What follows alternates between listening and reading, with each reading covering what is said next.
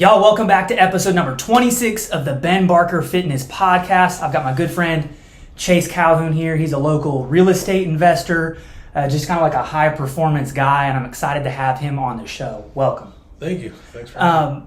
The thing I'm excited about is so far it's been mostly like fitness guys. Last week I had a friend who's on the come up as an entrepreneur in the coffee business. I'm excited to have Chase. He would probably tell you that he hasn't made it, but in my eyes, like he's doing really well and he's successful in putting in the work to accomplish his goals. And so I'm just kind of excited to have that perspective on here today. Give me like a small background. You and your wife, Brenda, came from California basically to pursue real estate and just took a big risk coming here, which is something else I want to talk about here in a minute. Give me a short backstory. Yeah, absolutely. So I'm a real estate investor. I specialize in fortunately or unfortunately, I don't know, but heavy rehab projects. So I also operate a full service construction company. So we buy like really rundown properties and fix them up, try to hold most of them for rental properties. We moved here from California a little bit over 5 years ago to do the first project. At the time I was still working while we were getting going. Since then I've added a few other things. So we do some real estate sales for clients, mainly real estate investors, and then also a little bit of construction project management or property management for other people. Cool. Something that I'm big on, and I think Chase did as well, is like, and I write about it a lot on my blog, is just starting. Like a lot of people spend all this time and they research and they have a great plan and they never actually do anything. Yeah. Like this dude sold everything that he owned and moved across the country. Talk about just getting here, the house that you showed up to that you bought sight unseen, and just the chance that you took to uproot your life and come absolutely. here. So I'll say, first of all, I wanted to invest in real estate prior to that, and I didn't take action. I knew that I should be doing it in California, and I had the opportunity to do it in California, and I just kind of continued to let that pass by until it was too late. And so when I finally decided that I wanted to do it, we literally made the decision to move here and start, bought our first house sight unseen, moved here and did a live-in flip while we were, basically like the whole house was under construction. We were camping out in it while we were doing the work. And so that's kind of how we got started. That was our first rental, and still rented out to this day by the first tenant. So this guy's a gentleman. When they showed up to the house, I believe the carpet was so bad you went inside and tore it out before you let Brenda. It was horrific. So we pulled the first day that we got here. We went into the house. I don't even know if Brenda went in it, and she was like in tears, crying, probably wondering what the heck she did. Yeah, and I literally started demoing everything out of there because it was filth. And you just threw it in the backyard? The front yard. We just piled like a huge pile of trash in the front yard. And funny story and cool story, the guy that you had clean up your backyard still works with you today, right? Yeah, like 5 years later? Yeah, man. It's crazy. So he was the first subcontractor that we used. He owns a tree company. And I remember being funny because this was maybe a couple days into this, and Brenda was all stressed, and it was like raining, and I was outside chit-chatting with the guy that owns this tree company.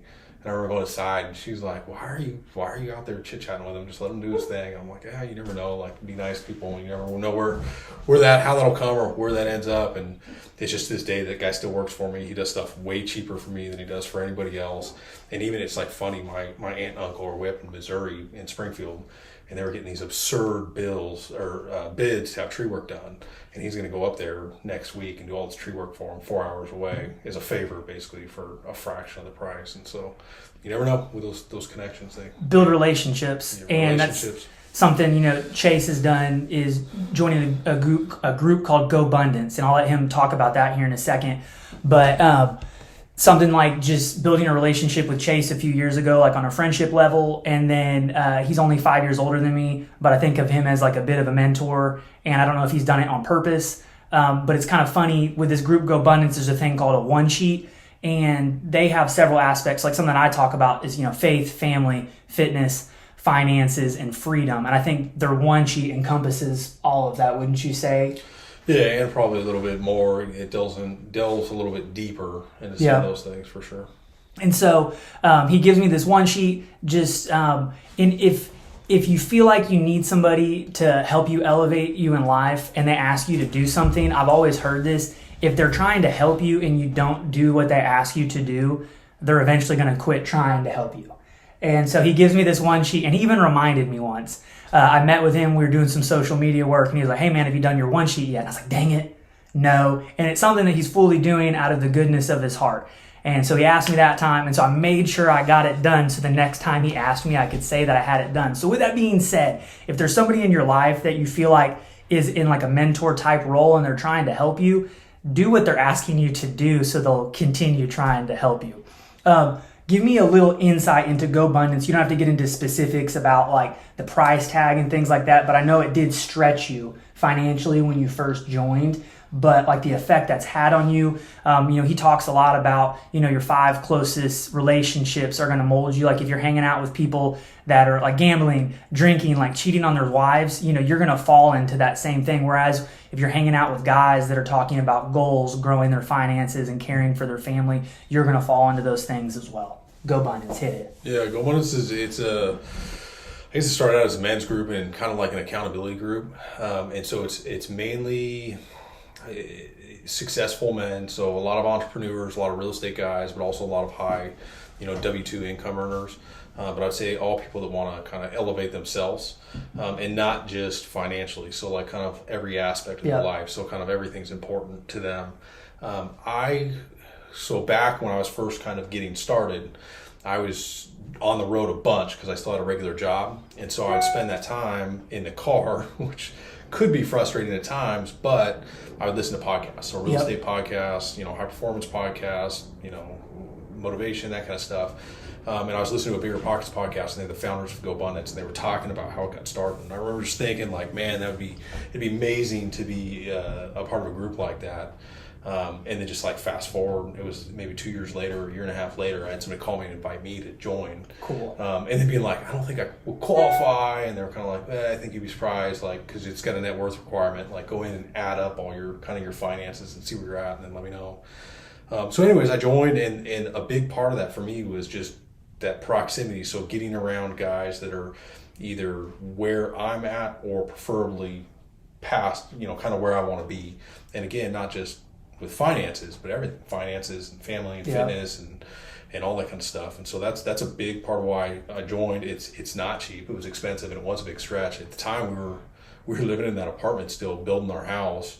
And I told Brenda that I was thinking about joining this group, and tried to explain to her what it was the best I could. And then I told her how much it cost, and she was kind of like, "You're kidding me." And she was like, "If you think it's worth it, and it's important to you, go for it." And it has been very worth it to me, just the people that I've been around. And the one sheet is a big part of that.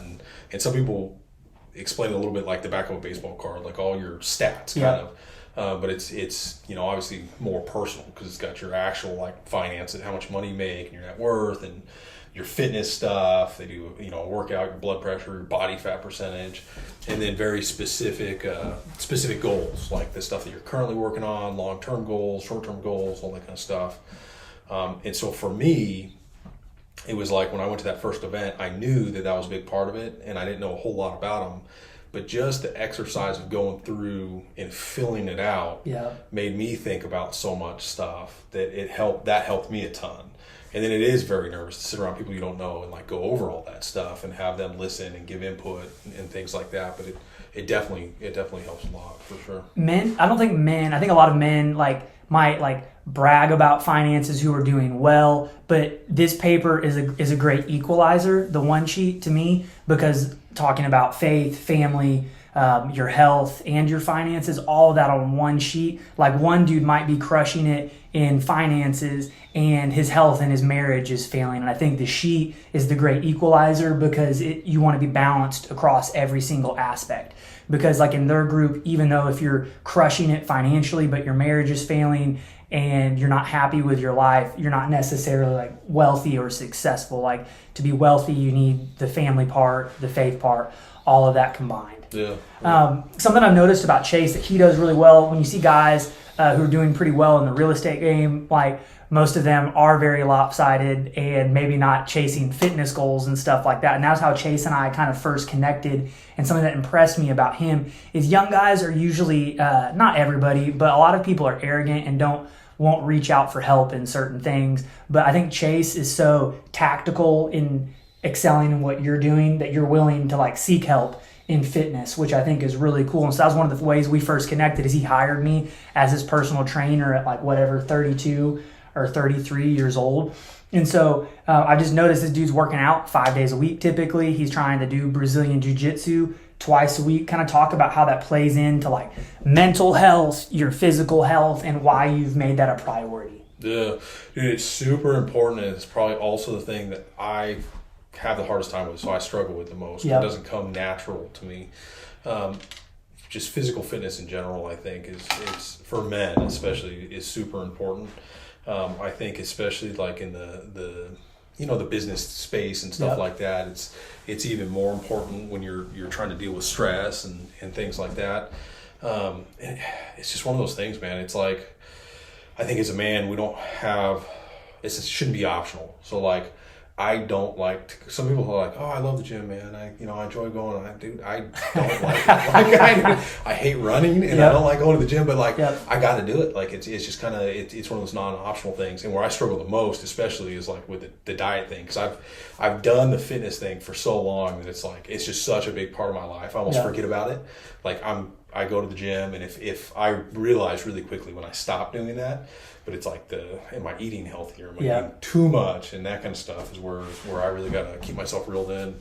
And then I think just there's nothing else I would say that helps me with stress more than the gym, physical fitness. And not just that, but like going in there and doing a hard workout. And then one thing that helps me a ton is going in there doing a hard workout, and then just like a little bit of like uncomfortable heat exposure in the sauna or the steam room, and then like an ice cold shower. And I know a lot of people, this like whole cold plunge thing's all the rage right now. I'm sure that's better, but like even just like hard workout, hot and then cold, and that, for whatever reason, it helps a ton with stress. I feel way less anxiety when I'm doing that regularly versus when I'm not. This could be another business conversation later on. I wouldn't know how to do it or structure it, but to his credit, I was reading, Andrew Huberman Labs. He posted recently that 5 30-second cold showers per week and 1 cold plunge per week, like statistically based on a study, dramatically decreased like stress and anxiety in men. And then there's also testosterone benefits. And so I gotten lazy on the cold showers. I don't enjoy them. So just this past week, I've been doing it. Like, I'm just making it when I get shampoo in my hair and I have soap all over me. I turn the water as cold as it can go. That's how I started. Just because you have to. You have to rinse off at that point. Yes. That's how I got started with the cold showers. That's literally how I do it. Hot shower until I'm all soaked up, and then I knew I had to stay in there long enough to get all the soap off. It's the heat too. I mean, he talks about the heat exposure, and I won't attempt to remember the exact percentages, but it's like 2 times a day lowers your chance of like a cardiovascular emergency dramatically, and then 4 times a week it's even more. So it's like 50% less likely to have a heart attack. So it's pretty insane. But for me, I don't know about all that, but it definitely helps me feel way less stressed. Me too. And I've noticed a difference that I feel great after I get out of the cold shower. It's uncomfortable for those 30 seconds, but I swear like it gets the endorphins kicking, and I feel an immediate difference just in like my physical like state.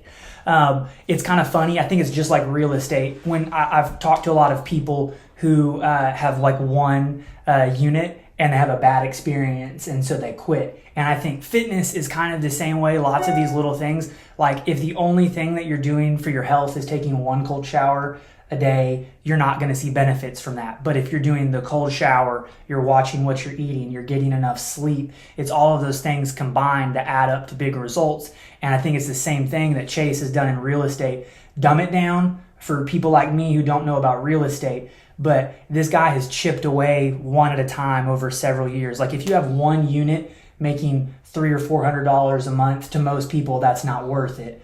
Like for a guy trying to get into it, like how do you get over that hump, and like what's the play, and kind of like what you've done and seen success in adding units? Yeah, I guess to start, one big thing that probably helped me going into it is I knew that I wanted to do enough of them that it was changed my lifestyle. And I think if I would have focused from the start on just like, and I see this a lot with clients that I work with, they're like, well, I want to buy 1 rental property, and then something will happen. And it's like, well, it didn't make any money this year, or it lost money this year, or it didn't make as much as I thought it was going to be. And so that's it. They quit. Right. Yep. And so I think having more of a long-term, like where I want to get to down the road helps a lot. And that's what helped me a lot. And then I think just like not getting overly focused, on it, we've talked a lot about delayed gratification. Yes. So that not getting focused on that immediate gratification. Like when I first started doing this, I saw a lot of guys who were flipping and doing these other things for that immediate quick paycheck, and like, dude, they were making way more money than me, right? And it's just over time, like I've tried to hold as much as I can. And like you said, like, and I tell people all the time, like, $200 to $400 a month isn't life changing, but when it's times 10 or times 20 or times 50 or times 100, it starts to like really add up. And then the longer that's in play, it becomes even more substantial. And so I think for me, it's just kind of, I guess, looking more at that long game for right out of the gate and knowing that I wanted, quite a few of them and quite a bit coming in, and not just focusing on the one. And then another thing is just not focusing when you do have problems. Yes. Especially big problems, just not like focusing and dwelling on those and trying to figure out how to get past them. Because if I quit, like every time I had a problem, like I would have quit 1,000 times by now. Ago. And it's funny, those biggest problems that I had, or those worst case scenarios that I had come up along the way, were probably the times that I learned the most and grew the most. I mean, when I came here, I had literally almost no construction experience, and now I'm a licensed general contractor, home builder, that does, pretty substantial amount of construction each year. Like, I didn't go to school for that. I learned it by making mistakes and getting in trouble from the city, or having stuff get shut down, or something not working and having to redo it, and those were all costly mistakes. But that's how I learned. So I always joke around that it's like, I paid for an education. I just did it through mistakes, not through school. Compound interest. And I think it goes with like everything. With real estate, like Chase talked about, it took him 5 years to do this, and he was tactical and he worked along the way. And the same thing's going to fitness. Like a lot of people quit 6 months in because they don't look like a Greek god. But if you do it for 10 years or for 5 years consistent, like if you treat your fitness journey like he has treated his real estate journey, like you're going to go super far. And so you just got to kind of keep putting that work in. Talk a little bit about, so education, and we talked about this recently on some social media posts I did for him, was that, Chase dropped out of high school, and obviously he finished. You got your GED, and you actually have a college degree as well. I always joke around that I dropped out of high school, but I do have a college degree. It sounds so much cooler, though, when he says he dropped out. It kind of doesn't really count. But something we talked about recently, and again, we don't have to get into specifics, but we're just going to call him a high school dropout because it sounds cool. I got a really funny, just real quick. Okay. So I got interviewed for this thing. It was like this, I was in a magazine. Yeah. A picture And a distinction, like right? Yeah. And so I put all this I answered all these questions, and I put in there that I had, an associate's degree and a bachelor's degree from what college and stuff like that. But I also put that I dropped out of high school. And it's like they took all that other stuff and they just put that I dropped out of high school. My mom was so upset when she read it. Like, she was like, they shouldn't have put that in there. Like, you got a college degree. It sounds so much cooler, though. I never knew that. So I've read the article. Super cool piece. It's in About You, Arkansas Men of Distinction. It was just at funny. 35 years old gets in there. But I did notice that. That's so funny. Anyways, you sorry to interrupt. Where were you going? No, that was hilarious.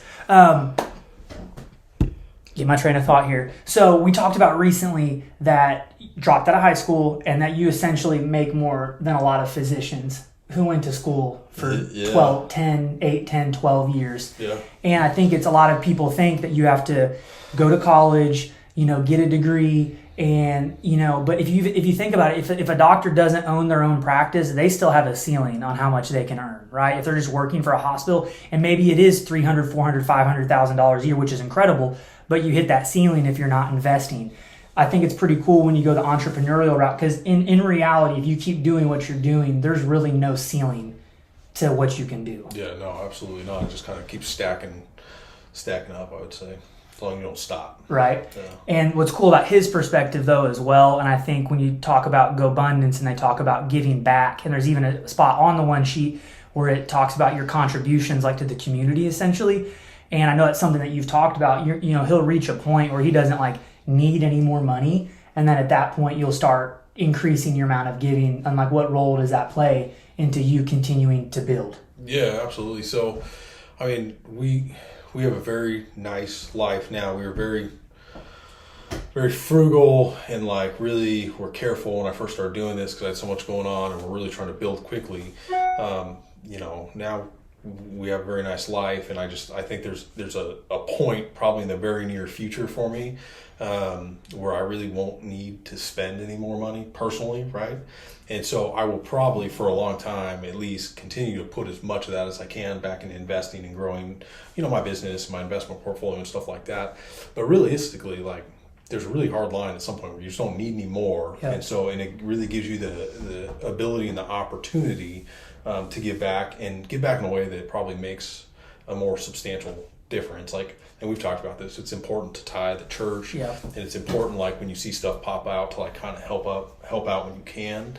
But like some of the people, I guess, that I know that make the biggest impacts are people that have the financial means to be able to donate or help substantially, not just a little bit. Yeah. And so, and again, I'm not sure like at what point you get to that or what, but I'm sure it'll be very clear. And I know some guys that are able to make a pretty substantial impact because they have the financial means to do so. There was a guy on GoBundance, and if you don't follow GoBundance, they're a great follow. They don't have a huge following yet, but they're posting stuff from guys who are multimillionaires who are giving advice for free. Yeah. And it's incredible. And there was a guy who was giving a speech. I assume it was to the GoBundance crew, and he said something to the effect of like, my wealth is somebody else's salvation, essentially, like that he's put himself in a financial situation where if somebody's like has a $50,000 hospital bill, that he can cut that check without blinking an eye. And that's pretty special. And he does it. It's not like he's not talking about, I could do this. He's done it multiple times. Yeah.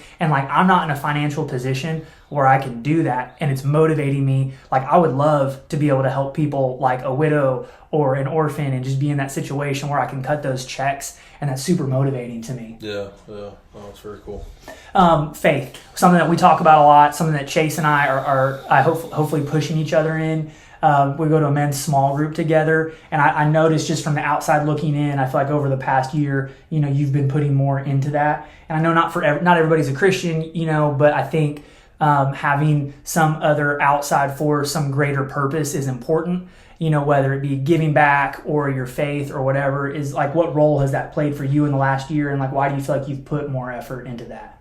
I think it's important, and like I said, I guess, as long as somebody has some kind of faith or something that they believe in, I think, teach their own. But for me, I realized that, one, there's so many things in life that I guess that I just look at that makes me realize that, obviously God is very real. Yeah. And just, we just had a baby, right? And just looking the whole, that whole process from start to finish, it's just truly a miracle. And there's no other way that I could ever explain that makes that happen.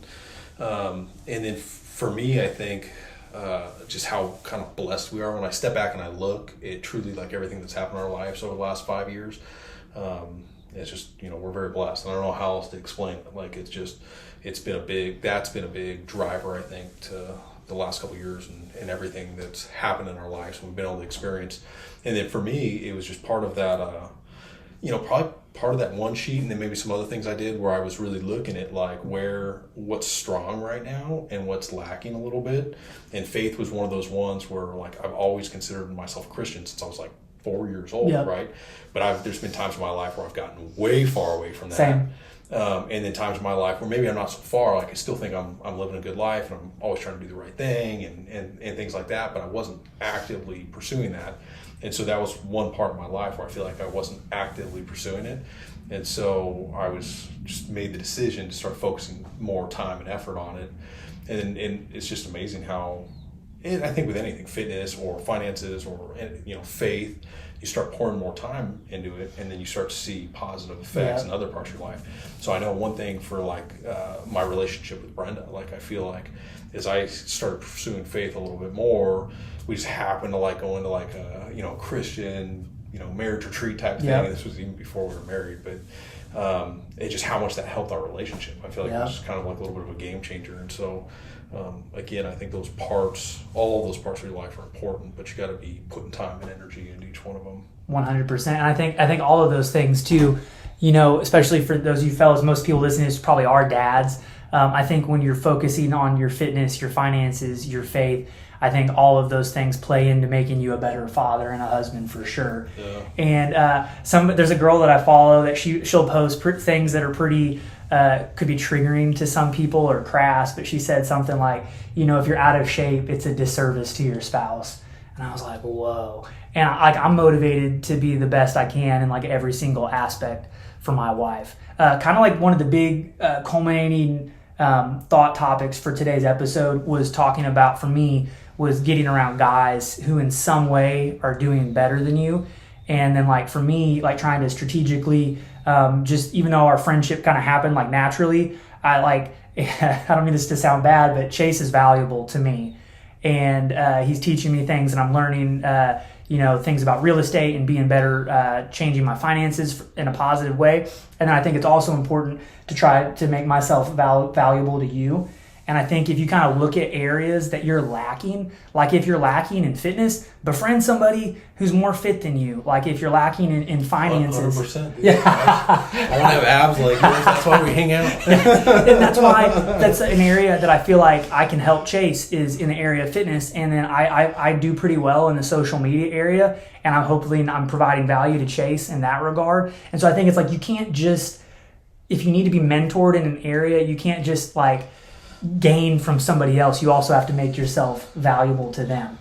And Chase has done this, and something we talked about recently that I think everybody could take note of. Chase didn't have a mentor when he got into the real estate game, and so he found online mentors essentially through podcasts. Yeah. And if you don't have somebody, if you don't have a Chase in your life to help you financially, get on Bigger Pockets. Listen to Cody Sanchez, Ryan Pineda. There's literally 1,000 out there. And pretty soon it's going to be Chase Calhoun with a podcast. That's something that we talk about a lot, as I feel like he's got a lot to offer. And something I talked about at the beginning, Alex Hormozy talks a lot about a lot of people build an audience before they've really done anything. Like basically what I did, I've built a large audience. I do offer a lot like in fitness and motivating people like that. But like Chase is kind of built quietly in the background. And I feel like he's going to start pushing out more content and kind of become one of those names like Ryan Pineda and Grant Cardone and stuff like that. Do you see something like this? Was not planned at all, but do you see yourself like getting to that level? And do you have any desire to get to that level? I don't know if I see myself, but that's probably more of a mindset thing that I need to work on, right? Yep. But I would like to help as many people as possible, and I realize that the only way I'm going to be able to do that is by building a little bit more of an audience, a social media platform. Like one of the things I enjoy most is helping, like, I only work with a few clients because I only have so much bandwidth, but like helping them invest in real estate and work towards becoming financially free and stuff like that. And I think that like social media is a slippery slope. I don't like what it has done a lot to society, because you do have a lot of people who are like, they just fake it on there so they can look cool and gain an audience and stuff like that. They're not necessarily doing anything. But the flip side is like, that's where people's attention is. And if you want to help more people, you need to get out in front of more people. Otherwise it doesn't do any good. Yeah. So I could be doing cool stuff, but if I'm not sharing that with anybody, or if I'm only sharing it with a couple people, it's really not helping that many people. So kind of the more I can put it out there and the more people I can help, I think.